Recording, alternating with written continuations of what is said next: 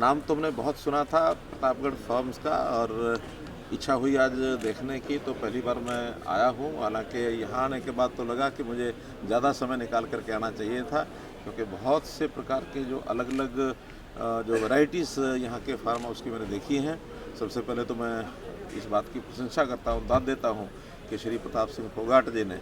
और ये जो फार्म हाउस बनाया है 2008 से लगातार ये लगे हुए हैं, यानी 14 साल से ये इसके साथ जुड़े हुए हैं। और कोई ऐसे सामान्य व्यक्ति ऐसा नहीं है, ये एक प्रकार के अच्छे पढ़े लिखे इंसान कॉरपोरेट के अपनी नौकरी को छोड़कर लॉ ग्रेजुएट हैं और एमबीए हैं, यानी एमबीए लॉ ग्रेजुएट होने के बाद और इस प्रकार के फार्म हाउस में इन्होंने अपनी रुचि दिखाई है।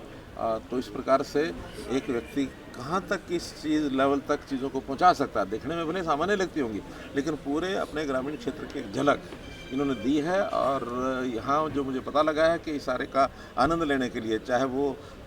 खाने पीने की वस्तुएं हैं, अलग प्रकार के जो व्यंजन बनते हैं, फिर यहाँ बच्चों के लिए खेलने कूदने के लिए, फिर खेती को देखने वाले वो लोगों के लिए स्पोर्ट्स के नाते, फिर यहाँ जो पक्षियों का जो जू देखा है, फिर जो हमारे कल्चर में हमारी आर्ट एंड कल्चर का जो ट्रेडिशनल हमारा जो उद्योग होते थे पुराने समय के, महिलाएं जो हैं वो भी अपना उस प्रकार के उद्योग करा रही हैं, पुरुष भी अलग अलग प्रकार से दिखा रहे हैं। तो हरियाणा का एक, जिसको कहना चाहिए, एक सामूहिक रूप से एक ही स्थान के ऊपर एक बड़ा चित्र ये दिखाने वाला फार्म हाउस है। मैं बहुत ही इसकी प्रशंसा करता हूँ इस फार्म हाउस की, और हमारे प्रदीप सिंह जी फोगाट, इनके लिए मैं शुभकामना करता हूँ कि इसको जितना और आगे बढ़ा सकते हैं इसको भी बढ़ाएं। और जो एक विलेज टूरिज़्म का जो एक प्रोस्पेक्ट्स हैं हमारे हरियाणा में, इसको यहाँ देखने के बाद मुझे लगता है कि इसको और आगे बढ़ाएं, न केवल अपने प्रदेश और देश के लोग बल्कि दुनिया के लोग वो भी यहाँ आकर के देखें, क्योंकि टूरिज़्म एक ऐसी चीज़ है जो हर प्रकार के नाते से लाभदायक है, लोगों को रोज़गार भी देता है, हमारी जो इकोनॉमी है वो बढ़ती है, लोगों को एक आनंद के लिए वीकेंड्स के ऊपर तो यहाँ 600, 700, 800 लोग भी एक एक दिन में आते हैं, ऐसा जो जानकारी मिली है। दिल्ली के बहुत नज़दीक है, गुरुग्राम के नज़दीक है, और आसपास के लोग भी यहाँ ज़रूर आते ही होंगे। मैं तो जो भी लोग इस प्रकार के टूरिज़्म का आनंद लेने वाले आते हैं उनको आपके माध्यम से कहूँगा कि जब भी कभी आए इस इलाके में तो यहाँ स्थान के ऊपर ज़रूर आए। आपका पूरा प्रयास है कि G20 के मेहमान हरियाणा का भी हिस्सा बने, क्या प्लानिंग है आपकी? देखिए, चूँकि अभी G20 के हमारी जो टीम है, प्रदेश की टीम है और केंद्र में एक टीम बनी है, दोनों ने बैठ करके जो विचार विमर्श किया है, कल उसकी पहली मीटिंग हुई है। एजेंडे में हमने कुछ चीज़ें रखी हैं, अब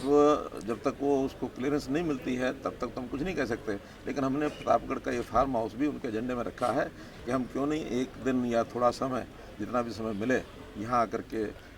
हमारे सारे सिस्टम को भी देखें, ग्रामीण क्षेत्र का जो हमारा सारे जो कैसा वातावरण होता है, कैसा हमारा कल्चर है, कैसा हमारा खान पीन की सिस्टम्स हैं, उन सबको देखें, कुछ ना कुछ हरियाणा की अच्छी यादें अपने साथ लेकर के जाएं। हमारा पूरा प्रयत्न रहेगा कि वो लोग यहाँ आएँ, लेकिन फाइनल जब केंद्र सरकार की ओर से ये सारे विषय हो जाएंगे, G20 की जो टीम है वो इसको स्वयं भी देखने के लिए आएंगे, क्योंकि बहुत बड़ा एक समिट है, वो इंटरनेशनल लेवल का समिट है, तो इसलिए जब तक वहाँ से क्लियरेंस नहीं मिलती तब तक नहीं कहा जा सकता। हमारा प्रयत्न है कि यहाँ वो पर्यटन की आपने भी बात की, इससे पहले भिंडावास का भी आपने निरीक्षण किया था, आपने कहा भी था कि भिंडावास को एक बहुत ही सुंदर रमणीय स्थल के रूप में विकसित करेंगे आप, लेकिन वहाँ ऐसी कोई अभी संभावना नहीं दिखती। देखिए, क्योंकि ये सारी चीज़ें समय लगता है इसमें, क्योंकि वो रामसर साइट्स बन चुकी हैं, चाहे भिंडावास है, चाहे सुल्तानपुर लेक है। अब रामसर साइट्स जो होती हैं उसमें नेशनल लेवल के, इंटरनेशनल लेवल के लोगों का भी एक ध्यान जाता है, हमारे भी ध्यान में आ गया है, तो उसकी सारी प्लानिंग हमने टूरिज्म डिपार्टमेंट को कही है। बल्कि इसके साथ अभी पिछले दिनों में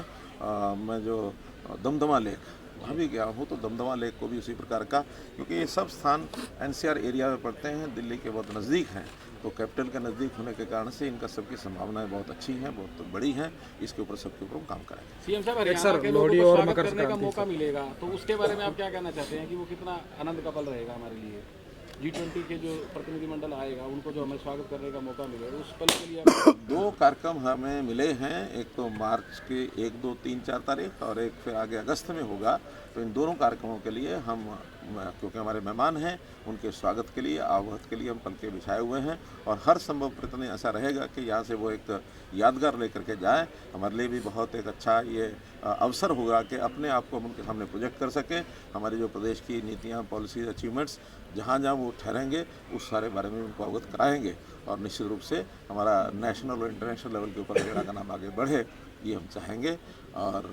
दूसरी बात कि आज जैसा हम जानते हैं त्यौहार का दिन है, लोहड़ी का त्यौहार है। ख़ास करके पंजाब के अंदर तो ये बहुत ही घर घर में मनाया जाने वाला त्यौहार है। हरियाणा में भी लोगों ने काफ़ी अब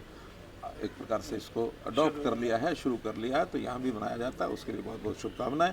कल 14 जनवरी को मकर संक्रांति का दिन है, इसके लिए भी अग्रिम बधाई।